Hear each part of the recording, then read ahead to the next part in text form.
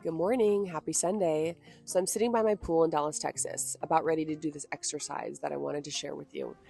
I have done this every morning now for months, and it has changed my life dramatically. And I have my clients do it now too.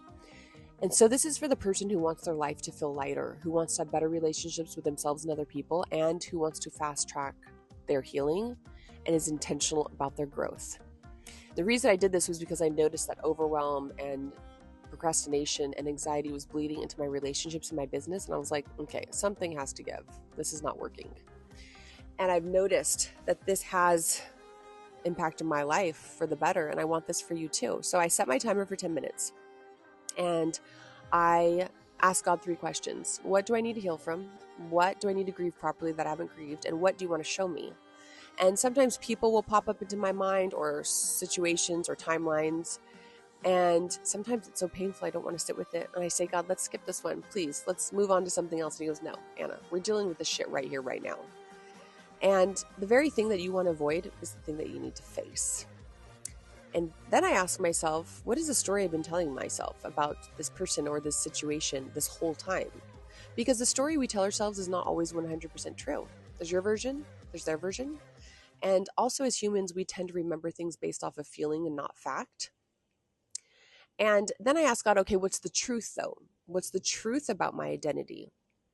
Because the story I'm telling myself about the identity that this person put on me through pain is not true. And when you figure out what the real story is, what the truth is, you can put that old story in the trash and you can heal. For example, I, as my 48-year-old, more mature, wiser, successful self, went back to my 29-year-old self sitting in the shower sobbing. I was just about to get married and something happened between my ex-husband and I felt so shitty and so worthless. And I went back to her and I sat with her and I embraced her in the shower. And in real life, I sobbed. And I told her, it's okay, Anna. You've come so far. That story you've been telling yourself about how worthless and cheap you are isn't true. You are treasured. You are worthy.